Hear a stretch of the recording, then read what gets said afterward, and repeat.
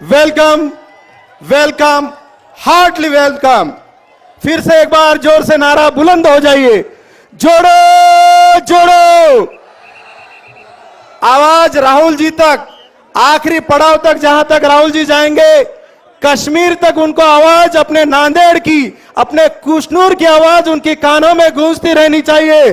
जोड़ो जोड़ो जोड़ो जोड़ो। राहुल गांधी तुम आगे बढ़ो, राहुल जी तुम आगे बढ़ो। पुनश्च एकदा या ठिकाणी राहुलजी गांधी यांचं या ठिकाणी मनपूर्वक स्वागत।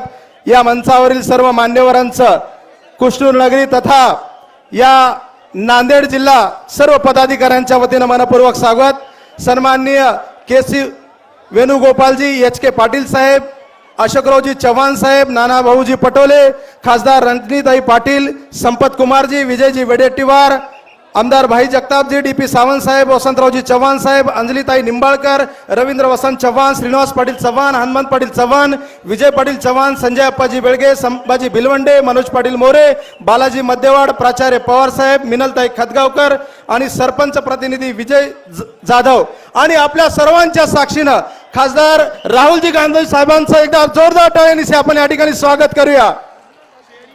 सुस्वागतम सुस्वागतम।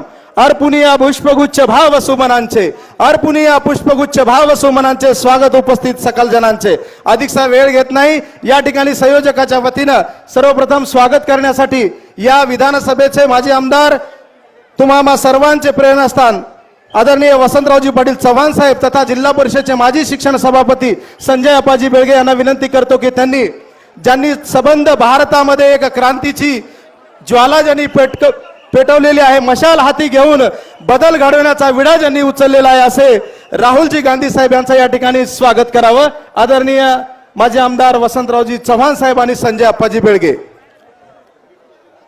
चला लवकर, फास्ट फास्ट।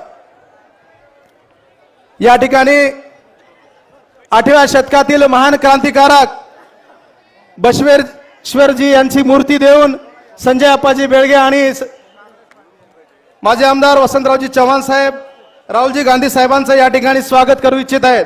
वीरशैव धर्मगुरू, धर्मपूजन जीवन, ज्यांनी आपलं अखंड आयुष्य तपस्येमध्ये घातलेल्या अशा बसवेश्वरांची मूर्ती आणि प्रेरणा राहुलजी गांधी यांना देत आहेत। यानंतर मी स्थानिक प्रतिनिधी सरपंच विजयजी जाधव, मनोजजी मोरे, बालाजी मध्यवाड आणि त्यांच्यासोबत प्राचार्य मनोहर पवार यांना विनंती करतो की त्यांनी राहुलजी गांधी यांचं स्वागत करावं। आणि या ठिकाणी आपल्या जिल्ह्याचे, तुम्हा सर्वांचे प्रेरणास्थान सन्माननीय अशोकरावजी चव्हाण साहेबांना विनंती करतो की त्यांनी अभिव्यक्त व्हावं। कृष्णूर मध्ये होणाऱ्या या आजच्या पदयात्रेच्या तिसऱ्या दिवसामध्ये आपण आजच्या या सभेची सांगता करत, पदयात्रेची सांगता करत असताना या ठिकाणी आपल्या या सभेला प्रमुख वक्ते, आमचे नेते आदरणीय राहुल गांधीजी, केसी वेणुगोपालजी, या ठिकाणी उपस्थित एच के पाटीलजी, या ठिकाणी उपस्थित असलेले नाना पटोलेजी, वडेट्टीवारजी, नसीम खानजी, मुंबईचे माजी अध्यक्ष निरुपमजी, माणिकराव ठाकरेजी, मंचावरील सर्व उपस्थित असलेले नेते, माजी आमदार वसंतरावजी चव्हाण, रवींद्र चव्हाण, कृष्णूर आणि परिसरामध्ये आलेला प्रचंड जनसमुदाय, पदयात्री, देशाचे पदयात्री, भारत पदयात्री, महाराष्ट्राचे पदयात्री, सामान्य नागरिक, इलेक्ट्रॉनिक मीडिया, प्रिंट मीडिया, बंधू भगिनी आणि सहकारी मित्रांनो, एक ऐतिहासिक अशा प्रकारची आजची ही भारत जोडो यात्रा आज नांदेड मधल्या तिसऱ्या दिवसामध्ये आज पदार्पण आहे। आणि उद्यापासून नांदेड शहर, संध्याकाळी नांदेडला जाहीर सभा आणि पुढे परवा नांदेड मार्गे हिंगोली, अशा प्रचंड या जनसमुदाय आजच्या या भारत जोडो यात्रेमध्ये सामील झालेला आहे। मित्रहो, ही पदयात्रा, भारत जोडो यात्रा नावच सांगते, या भारत जोडो या पदयात्रेचा खरा उपयोग कशा करताय? भारत जोडण्यासाठी, लोक जोडण्यासाठी। कोणाच्या विरोधामध्ये? की ज्यांनी, शांत बसा कृपया, ज्यांनी या देशाला तोडण्याचा प्रयत्न करतायत, या देशामध्ये जातीवाद पसरवतायत, या देशामध्ये एक नफरतीचं भांडणाचं वातावरण निर्माण करतायत, जातीय मतभेद निर्माण करून देशामध्ये आज ज्या पद्धतीने एक वातावरण दूषित झालेलं आहे मित्रहो, खरी गरज कसली आहे? देश जोडण्याची. खरी गोष्ट कसली आहे? लोकांची मन जोडण्याची. खरी गरज कसली आहे? तर स्थानिक देशातील गरीब माणसाला समजण्याची, त्याची अडचणी समजण्याचा. आणि आपल्याला इंदिरा गांधींचं एका वेळचं घोषवाक्य आठवत असेल, इंदिराजी म्हणायच्या, न जात पर न पात पर, न जात पर न पात पर, मोहर लगाव हात पर. त्यांची जी भावना होती आणि भूमिका होती इंदिरा गांधींची, देश जोडण्याची भावना होती. मला राहुलजींना मुद्दाम सांगायचंय, राजीव गांधीजींचं शेवटचं भाषण आमच्या नरसीला, राजीव गांधी इथून श्री पेरंबदूरला ज्यावेळेस गेले त्यावेळेस शेवटची सभा जी झाली ती आमच्या या नरसीच्या परिसरामध्ये त्या भागात झाली होती.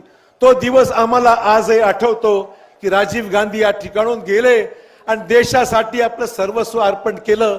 असं हा महान नेता या देशाला मिळाला नव्हता. एवढा महान नेता या देशाने गमावलेला आहे. पण त्यांनी कधी पर्वा केली नाही. इंदिराजींनी प्राणांची आहुती दिली, कधी पर्वा केली नाही.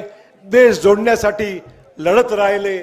देशामधली नफरत दूर करण्याकरता इंदिरा गांधी या समर्पित झाल्या, राजीव गांधी समर्पित झाले. मित्रहो, आज काय पाहतोय आपण? देशातलं सरकार, महाराष्ट्रातलं सरकार आपण पाहतोय, रोज अशा प्रकारचं वातावरण निर्माण होतंय. म्हणजे एवढी लढाई चालू आहे, आपसातली लढाई आणि महाराष्ट्रातील देशातली जी राजकीय लढाई आहे मित्र, आपण समजून घ्या. वैचारिक लढाई समजू शकतो, वैचारिक लढाई समजू शकतो, पण व्यक्तिगत लढाई ही काही कामाची नाही. व्यक्तिगत लढाईपेक्षा वैचारिक लढाई परवडली. आपल्या लोकशाही, शेवटी आपण लोकशाहीला मानणारे आहोत. या देशामध्ये लोकशाही मजबूत झाली पाहिजे. लोकांच्या हातामध्ये कोणाला निवडून द्यायचं, कोणाला निवडून द्यायचं नाही. पण देशामध्ये होणारा हे जे विघ्न आहे, जो संघर्ष आहे, व्यक्तिगत आहे, तो संघर्ष या देशाचा सर्वनाश केल्याशिवाय राहणार नाही. गावागाव आता सुधरू लागली. गावामध्ये तंटामुक्ती आपली समिती आहे. गावाच्या ग्रामपंचायती निवडणुका सुद्धा आता बिनविरोध होऊ लागलेल्या आहेत. हे गावामध्ये चित्र हे काँग्रेसने निर्माण केलं, काँग्रेसच्या काळात निर्माण झालं. आणि आपण पाहताय आपल्या काळामध्ये तंटे भांडणं कधी लावण्याचं काम केलं नव्हतं. सरकार कधी लावण्याच्या मागे नव्हतं. पण दुर्दैवाने आजची परिस्थिती आहे, या परिस्थितीमध्ये देशामधली ही विघ्न देशाचा सर्वनाश केल्याशिवाय राहणार नाही. आणि म्हणून मला एवढंच सांगायचंय, राहुल गांधींच्या या प्रक्रियेमध्ये केवळ काँग्रेससाठी नाही, प्रचंड हा जनसमुदाय, हा रेटा पाहतोय. हजारो लाखोच्या संख्येने लोक सामील होत आहेत. जोरदार टाळ्यांनी राहुल गांधींचं या ठिकाणी स्वागत. नांदेडमध्ये ऐतिहासिक अशा प्रकारची कॉर्नर मिटिंग आहे. ही कॉर्नर मिटिंग नाही, जाहीर सभेत त्याचं रूपांतर झालेलं आहे. आणि म्हणून आम्हाला अभिमान आहे, राहुल गांधीच्या नेतृत्वाखाली एक चांगल्या विचाराने, एका चांगल्या हेतूने देशाला जोडण्याचं काम काँग्रेसच नाही, पण त्याच्यामध्ये महाविकास आघाडीचे सर्व घटक, इतरही पक्ष, सिव्हिल सोसायटी, आपल्या सगळ्या ताकदीसहित आणि सगळ्यात महत्वाचं देशातला तरुण, महाराष्ट्रातला तरुण हा सहभागी झालाय. नारा देत चाललेला आहे, भारत जोडो, भारत जोडो, भारत जोडो. आणि म्हणून मित्र हो, या सगळ्या यात्रेला यशस्वी करण्याकरता नांदेड आपलं सर्वात मोठं केंद्र, नांदेड पासून सुरुवात झाली. मी राहुलजींचे आभार मानतो. ही संधी प्रथम जी दिली ती आमच्या जिल्ह्याला दिली, त्याबद्दल जोरदार टाळ्यांनी राहुलजींचे या ठिकाणी मनपूर्वक आपण सर्वांनी आभार मानले पाहिजेत. अधिक वेळ मी घेणार नाही, पण अधिक वेळ न घेता काँग्रेसचे अध्यक्ष महाराष्ट्राचे नानाभाऊ पटोले यांना विनंती करतो. नानाभाऊंचा म्हणणं की मी नाही, राहुलजींना मी विनंती करेन की राहुलजींनी आम्हा सर्वांना मार्गदर्शन करावं. जय हिंद, जय महाराष्ट्र.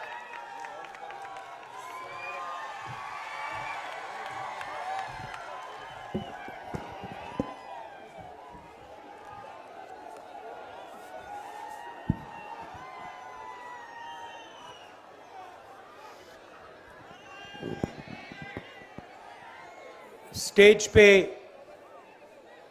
कांग्रेस पार्टी के वरिष्ठ नेता, हमारे प्यारे कार्यकर्ता, भाइयों और बहनों, प्रेस के हमारे मित्रों, आप सबका यहां बहुत बहुत स्वागत, नमस्कार। प्रेस के हमारे मित्र हैं मगर विपक्ष का कुछ दिखाते नहीं है।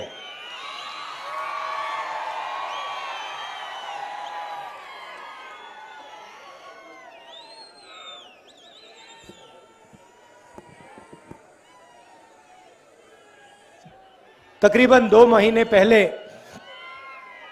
हमने ये भारत जोड़ो यात्रा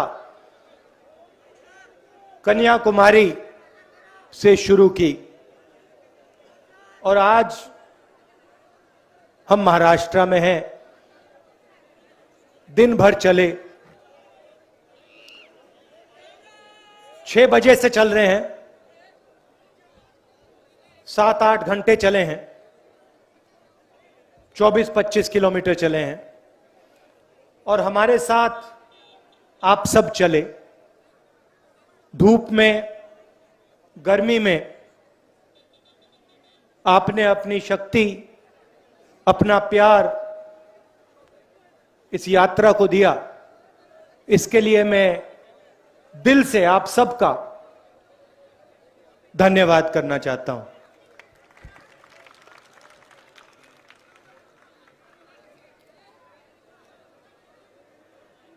हमारा लक्ष्य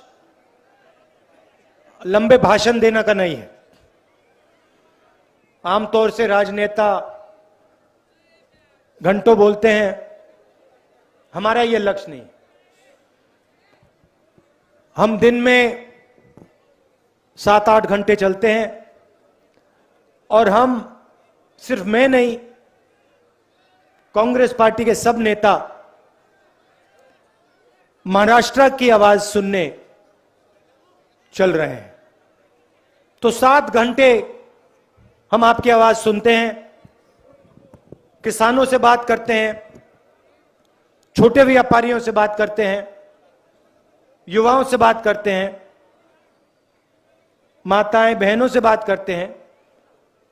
हम कुछ ज्यादा नहीं बोलते, चुप रहते हैं और जो आपके दिल में है वो हम 7 घंटा 8 घंटा सुनते हैं और अंत में चलने के बाद शाम को हम 15 मिनट 20 मिनट अपनी बात रखते हैं। बहुत सीखने को मिलता है। सबसे पहले, जैसे आप लोग जानते हो, गाड़ी में चलने और सड़क पे चलना बिल्कुल अलग चीज है। हिंदुस्तान, किसानों का हिंदुस्तान, मजदूरों का हिंदुस्तान गाड़ी में नहीं चलता है, सड़कों पे चलता है, पैदल चलता है। तो अगर उस हिंदुस्तान को समझना है तो वो हवाई जहाज, हेलीकॉप्टर, गाड़ी से नहीं समझा जा सकता है। अगर हिंदुस्तान को समझना है तो सड़क पे चलना होगा। और यही सबसे पहली बात, सड़क की क्वालिटी दिख जाती है। कैसी सड़क है, उस पे चला जा रहा है या नहीं, गड्ढे हैं या नहीं, ध्यान से चलना पड़ता है या आसानी से चला जा सकता है, सब पता लग जाता है। 5 मिनट में पता लग जाता है। स्टेट की हालत सबसे पहले सड़कों में दिख जाती है।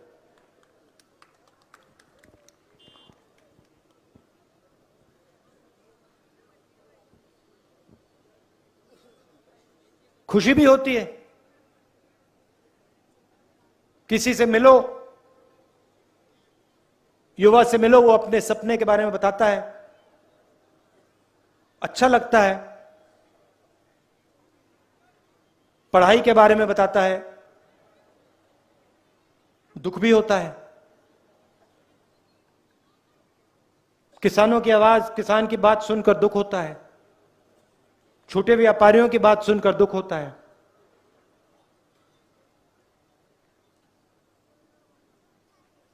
नरेंद्र मोदी जी ने कुछ साल पहले नोटबंदी की, जीएसटी लागू की। उसका असर कितने साल हो गए? कितने साल पहले की थी? 6 साल? तो 6 साल हो गए। जैसे सुनामी आती है, मुझे याद है मैं गया था जब सुनामी आई थी, तो सुनामी का एकदम असर तो होता है, मगर सुनामी का सच्चा असर 5-6 साल बाद दिखाई देता है। इसी प्रकार नरेंद्र मोदी जी ने जिस दिन नोटबंदी की, जिस दिन गलत जीएसटी लागू की, उन्होंने हिंदुस्तान पर आर्थिक सुनामी आई।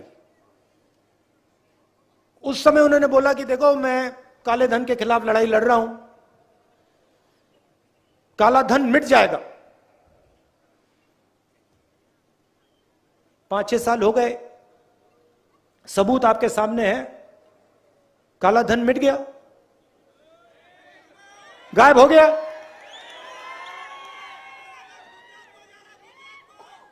नहीं, गुजरात को भैया आपके प्रोजेक्ट जा रहे हैं,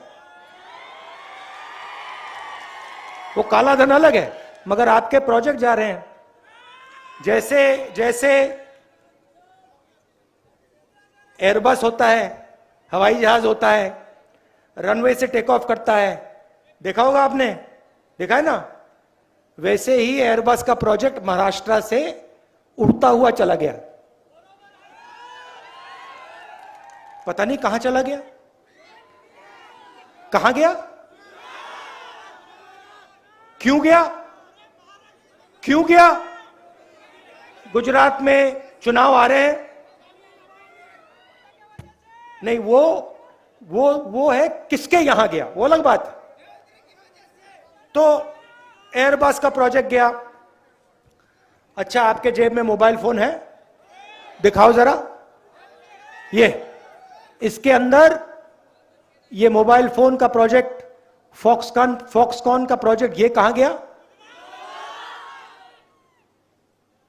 तो महाराष्ट्र जो आपका है, हजारों करोड़ रुपए, और पैसे को छोड़ो, आपके युवाओं का भविष्य,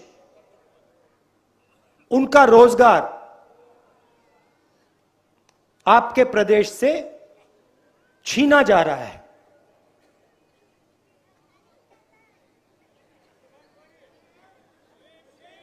ये अब सड़क पे आप युवा से बात करो, मैंने कहा कि इन सड़कों पे अच्छा लगता है, दुख भी होता है। आज मेरी एक युवा से बात हो रही थी, स्वराज नाम, बस लेके आया था अकेला, 3-4 किलोमीटर हमारे साथ मतलब चल रहा था। राहुल जी, मैं आपसे बात करना चाहता हूं, राहुल जी मैं आपसे बात करना चाहता हूं, राहुल जी मैं आपसे बात करना चाहता हूं। बहुत सारे लोग हैं तो लोग आते रहते हैं। आधा पौना घंटा लगा, आया।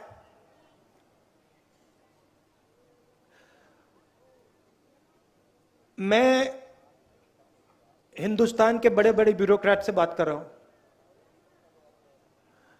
जितना इसको शिक्षा के बारे में मालूम था, हिंदुस्तान की एजुकेशन मिनिस्ट्री में सबसे बड़े ब्यूरोक्रेट को नहीं मालूम। पहली बात मुझे कहता है, राहुल जी मैंने इंजीनियरिंग की है, मगर मुझे इंजीनियरिंग की जॉब नहीं मिल सकती हिंदुस्तान में। मैंने उससे कहा कि अजीब सी बात है, मैं अब कन्याकुमारी से महाराष्ट्र तक आ गया, जब भी मैं युवाओं से, बच्चों से पूछता हूं क्या करना चाहते हो, 4 ही जवाब मिलते हैं, 5। पहला आईएएस, दूसरा इंजीनियर, तीसरा डॉक्टर, चौथा शाबाश, चौथा आर्मी, और 5वां वो आर्मी और पुलिस मतलब एक ही है, उसको एक ही मानते। 5वां लॉयर, डॉक्टर, लॉयर, आईएएस मतलब सरकारी, पुलिस या आर्मी, और कोई कुछ करना ही नहीं चाहता। तो लड़के ने मुझे बताया, स्वराज ने बताया कि देखो क्यों नहीं करना चाहते, क्योंकि हिंदुस्तान में प्रैक्टिकल शिक्षा नहीं है। मतलब जो भी हम अपने स्कूल कॉलेज में सिखाते हैं, ये 5 काम उससे हो सकता है, उस शिक्षा से हो सकता है, मगर अगर व्यक्ति को, युवा को किसी कंपनी में जाके काम करना है, तो जो उसे स्कूल में सिखाया जा रहा है और जो उसको कंपनी में नॉलेज होनी चाहिए, जमीन आसमान का फर्क है। ये 16 साल का बच्चा मुझे बता रहा है, और यह बात हिंदुस्तान के सबसे बड़े ब्यूरोक्रेट्स को नहीं समझ आ रही। यह है महाराष्ट्र का कमाल। अच्छा, मैंने खुशी की बात बोली तो दुख की बात भी बता देता हूं। मैं आपको बताऊं, आज आपने मेरा दिल तोड़ दिया। हाँ, दिल तोड़ दिया आपने मेरा, दिल तोड़ दिया। मैं आपको बताऊं, सुनोगे? इसी सड़क पे इतनी बड़ी छोटी सी बच्ची मुझसे मिलती है, 6 साल की, 7 साल की। कहती है, पहले मुझे ढूंढ के निकाला, कहती है मैं आपसे मिलना चाहती हूं। तो जब भी कोई बच्चा आता है, मैं उसको सीधा एक टॉफी दे देता हूं। मैंने टॉफी दी, बातचीत शुरू हुई। मैंने कहा क्या करना चाहती हो? अच्छा, महाराष्ट्र की सब लड़कियां डॉक्टर बनना चाहती हैं। तो कहती है मैं डॉक्टर बनना चाहती हूं। फिर मैंने कहा क्या तुम्हारे भाई बहन हैं? कहती है हां, मेरा भाई है। भाई क्या करता है? तुम्हें तंग करता है? हां। लड़ाई होती है? हां। तो ये बातचीत चल रही थी। फिर उसने मुझे बोला कि मेरे भाई कभी कभी मुझे मारते हैं और मैं पापा मामा के पास जाती हूं और वो भाई को कुछ नहीं कहते। तो छोटी सी बच्ची, मैंने उसको कहा कि क्यों तुम्हारे माँ बाप भाई को कुछ क्यों नहीं कहते अगर वो तुम्हें मार रहा है? छोटी सी बच्ची कहती है क्योंकि वो उसको मुझसे ज्यादा प्यार करते हैं।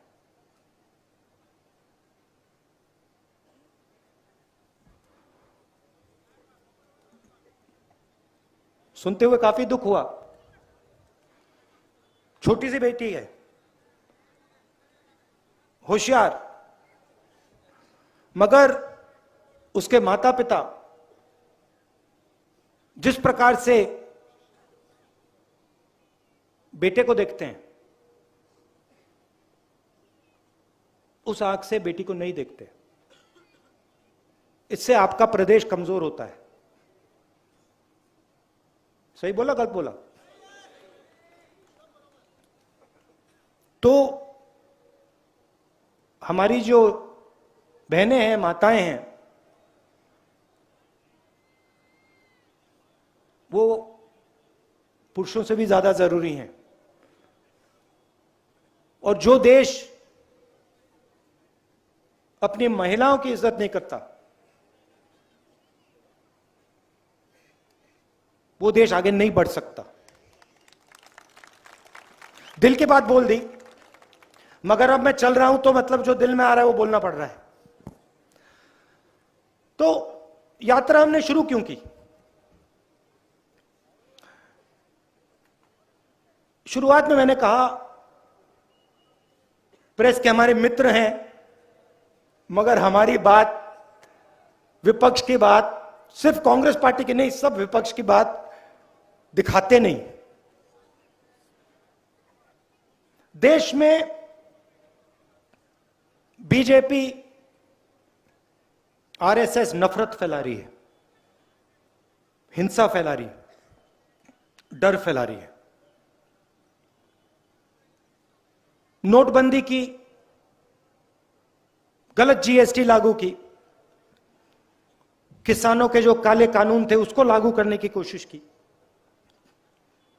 इनका लक्ष्य हिंदुस्तान की जनता के दिल में डर डालने का है, भय डालने का है। किसानों से बात हुई, मैंने पूछा भाई बताओ क्या मुश्किल है? कहते हैं राहुल जी, हम खेती करते हैं, अपना खून पसीना डाल देते हैं, मगर हमें यह नहीं मालूम कि हमारे गेहूं का, गन्ने का क्या रेट मिलेगा। सरकार हमसे गैम्बलिंग करवाती है, जुआ खिलवाती है। कभी कोई रेट मिलता है, कभी कोई और रेट मिलता है, मगर एक बात की गारंटी है, हमारे खेत से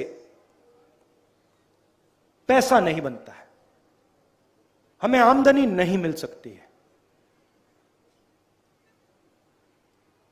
तो हो क्या रहा है? देश में 2-3 बड़े उद्योगपतियों को, अब देख लेना, ये जो फॉक्सकॉन का प्रोजेक्ट है, एयरबस का प्रोजेक्ट है, ये अंत में उन्हीं 2-3 लोगों के हवाले होगा, जाएगा, उन्हीं को मिलेगा। वो 3-4 नाम हैं, आप सब जानते हो कौन है। दो तीन नाम है, पूरा हिंदुस्तान जानता है। नरेंद्र मोदी जी के मित्र हैं और पूरा का पूरा धन हिंदुस्तान का सीधा इनके हवाले किया जा रहा है। और यह नहीं कि एक सेक्टर या 2 सेक्टर, किसी भी सेक्टर में, किसी भी सेक्टर को नहीं छोड़ा है। Airport, port, infrastructure, agriculture, telephone, सब का सब इन्हीं 3-4 लोगों के हवाले किया जा रहा है। अब आप समझिए, आज मेरी मीटिंग में कोऑपरेटिव सेक्टर के साथ हमारी मीटिंग हो रही थी। उन्होंने कहा कि नरेंद्र मोदी जी ने बहुत बड़ी गलती की। मैंने कहा क्या गलती की? कहते हैं नोटबंदी।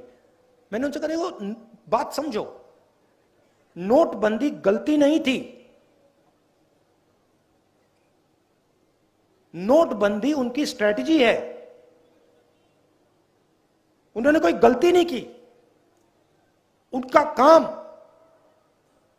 जो छोटे व्यापारी हैं, और हर एक छोटा व्यापारी इस बात को समझ जाएगा, जो छोटे व्यापारी हैं, जो मिडिल साइज बिजनेस चलाते हैं, छोटे बिजनेस चलाते हैं, उनको खत्म करने का है। जीएसटी, नोटबंदी और कोविड के समय जो इन्होंने किया, ये गलतियां नहीं है। ये जो छोटा बिजनेस का सेक्टर है, इसको खत्म करने का तरीका है। क्योंकि जब तक ये खत्म नहीं होंगे, तब तक हिंदुस्तान के सबसे बड़े उद्योगपतियों को इनका बिजनेस नहीं मिल सकता। पहले इनको मारना पड़ेगा और फिर जो इनका है उनके हवाले करा जाएगा। और मेरी बात आप देखना,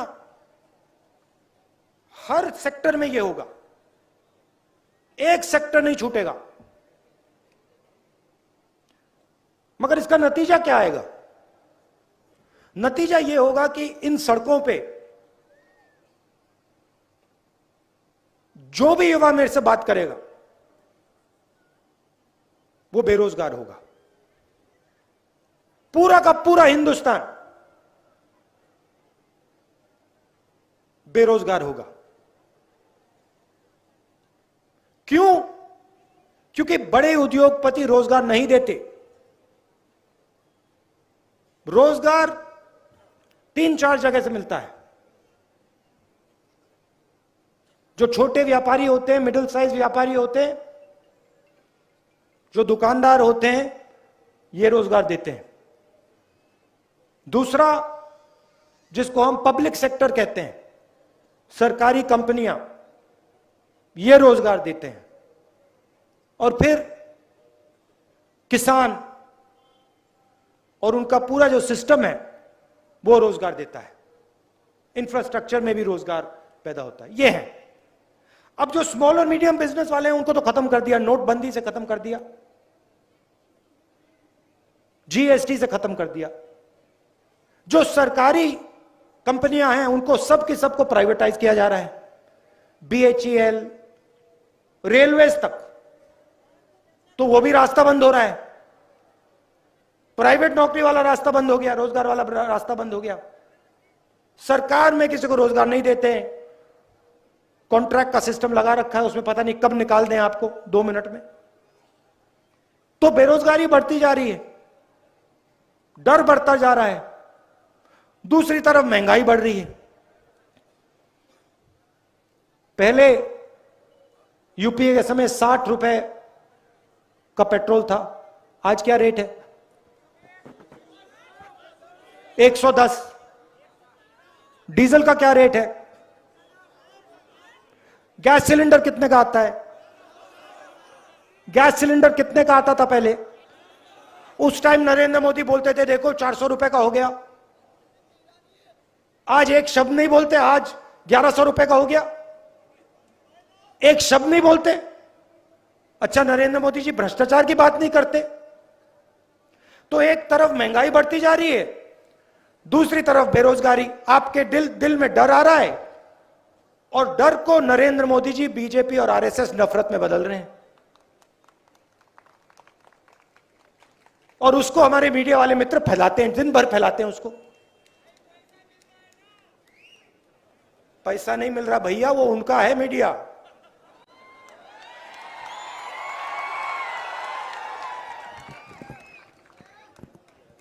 ये भैया किसानों का नहीं है। ये मीडिया जो है, गलतफहमी में बताओ, ये मजदूरों का नहीं है, ये किसानों का नहीं है, छोटे व्यापारियों का नहीं है। ये उन्हीं 2-3 बड़े उद्योगपतियों का औजार है। और इसका काम हिंदुस्तान में नफरत फैलाने का है, हिंदुस्तान में डर फैलाने का है। और मैं आपको एक और बात बता दूं, ये जो हमारे जर्नलिस्ट भाई खड़े हैं ना, इनमें से एक नहीं करना चाहता, ये सब देशभक्त हैं, एक नहीं करना चाहता, मगर चॉइस नहीं है, नौकरी से निकाल देंगे। तो ये है हालत है। तो देखो हंस रहे हैं, मुस्कुरा रहे हैं, देखो सब के सब मुस्कुरा रहे हैं, देखो। तो इसीलिए हमने ये भारत जोड़ो यात्रा शुरू की है। मीडिया वाले हमारी बात ना उठाएं, पार्लियामेंट में हम बात रखते हैं तो देखो क्या करते हैं, माइक ऑफ कर देते हैं ऐसे।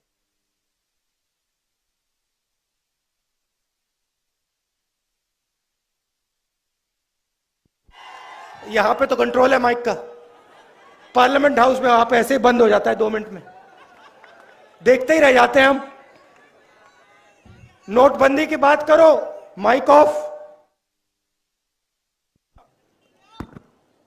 चाइना की सेना अंदर आ गई, 2000 स्क्वायर किलोमीटर हिंदुस्तान का उठा के ले गए, माइक ऑफ। ना बोलना है बोल लो, किसी को कोई कुछ नहीं दिखाई देगा, कुछ नहीं सुनाई देगा, माइक ऑफ। वो तो सब है भैया, ईडी शीडी से कोई डरता नहीं है, बात समझ लो। अच्छा, फिर नई चीज लाए मेरे साथ यहां पे इसी सड़क पे। मैंने कहा आपको देखो, हिंदुस्तान के युवा 5 चीजें करना चाहते हैं। सुनो सुनो, हिंदुस्तान के युवा 5 चीजें करना चाहते हैं। क्या करना चाहते हैं? IAS, police, army, doctor. यहां पे बहुत सारे लड़के आते हैं, कहते हैं कि हम आर्मी में जाना चाहते हैं। पूछता हूं क्यों? हम देश की रक्षा करना चाहते हैं। अब नरेंद्र मोदी जी ने नया काम निकाला है। नहीं, सुनो, मजे की बात सुनाता हूं आपको। अच्छा, देश की रक्षा करनी है ना, सिर्फ 4 साल कर सकते हो, उसके बाद आउट, अग्निपथ। 4 साल के बाद आप देशभक्त नहीं हो सकते। 4 साल आप सेना में काम करो, 6 महीने ट्रेनिंग मिलेगी, और 4 साल बाद घर जाइए, माइक ऑफ। यह है अग्निवीर। आप किसी से भी पूछ लो, किसी युवा से पूछ लो, आर्मी वालों में डिसिप्लिन होता है कहेंगे नहीं, मगर दिल में है।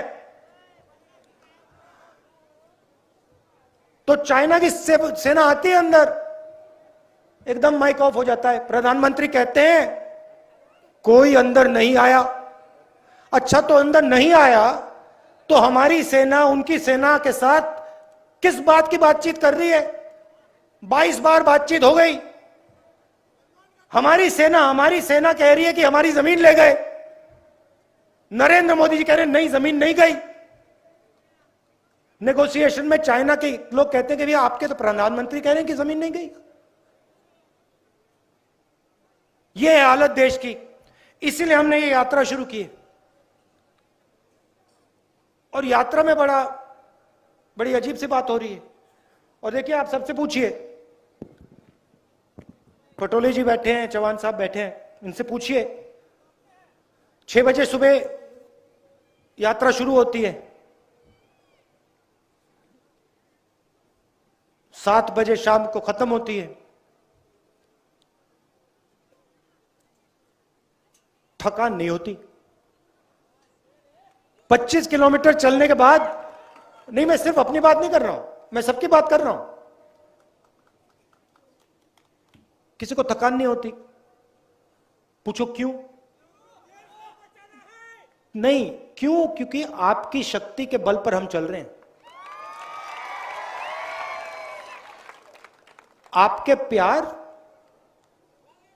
प्यार और आपकी शक्ति हमें श्रीनगर तक पहुंचा रही है। रोक नहीं सकता कोई। तो इसके लिए दिल से आपको धन्यवाद करना है। आपके बिना हम ये काम कर ही नहीं सकते। 3500 किलोमीटर चलना है, आपके बिना काम नहीं किया जा सकता। आप मदद कर रहे हो, और फिर इन सड़कों पे अपना पूरा का पूरा ज्ञान फ्री में हमें दे रहे हो। तो आप सबका दिल से धन्यवाद करना है। इतना आपने प्यार दिया, इतनी शक्ति दी, इसके लिए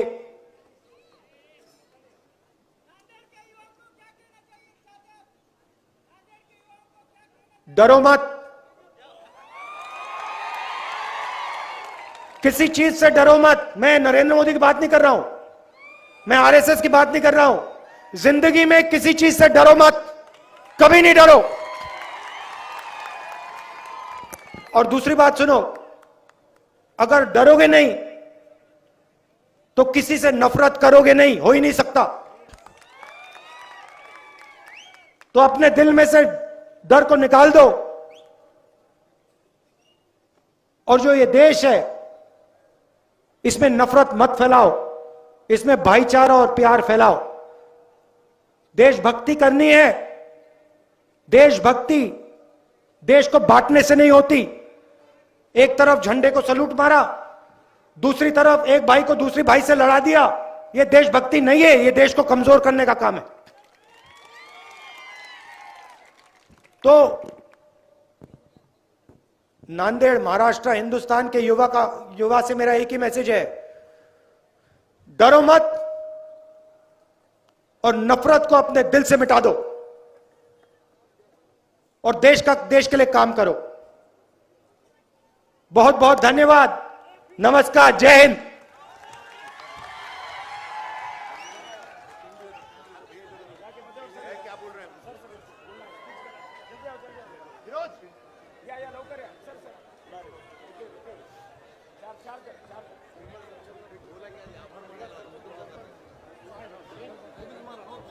आज या ठिकाणी भारत जोडो यात्रेनिमित्त आलेल्या खासदार राहुलजी गांधी पाटील साहेब, रजनीताई पाटील, अशोकरावजी चव्हाण साहेब, नानाजी पटोले साहेब यांचं मी सर्वांचं मनापासून आभार मानतोय।